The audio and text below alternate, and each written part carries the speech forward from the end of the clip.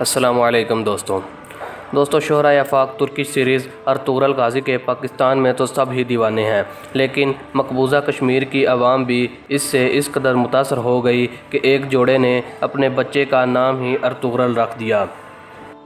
دوستوں ٹویٹر پر طاہر نامی صارف نے اپنے بچے کی پیدائش کے بعد بننے والے ہسپتال کارڈ کی تصویر شیئر کی، جس میں بتایا گیا کہ مقبوضہ کشمیر میں مقیم والدین نے اپنے بیٹے کا نام دیرلش ارطغرل کے مرکزی کردار سے متاثر ہو کر ارطغرل رکھا ہے۔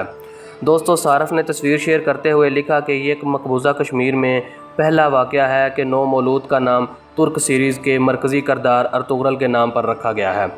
دوسری جانب مقبوضہ کشمیر کے ماہر امراض اطفال کا کہنا ہے کہ بچے کے والدین بڑے ہی شوق سے ارطغرل غازی دیکھتے تھے اور یہی وجہ ہے کہ انہوں نے اپنے بیٹے کا نام بھی ارطغرل رکھا ہے۔ ماہر اطفال اور صدر ڈاکٹرز ایسوسی ایشن مقبوضہ کشمیر ڈاکٹر سہیل نائک نے بتایا کہ انہوں نے دیکھا تھا کہ موسم سرما کے دوران مقبوضہ کشمیر میں جانوروں کی کھال سے تیار کردہ ایک خاص ٹوپی خرید و فروخت کی جا رہی تھی۔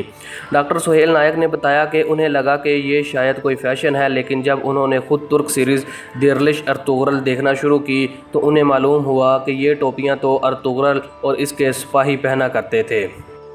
دوستو یاد رہے کہ پاکستان کی طرح مقبوضہ کشمیر میں بھی دیرلش ارطغرل لاک ڈاؤن کے دوران زیادہ مقبول ہوا ہے اور کشمیری عوام بھی بڑے ہی پرجوش انداز میں اس ترک سیریز سے لطف اندوز ہو رہے ہیں۔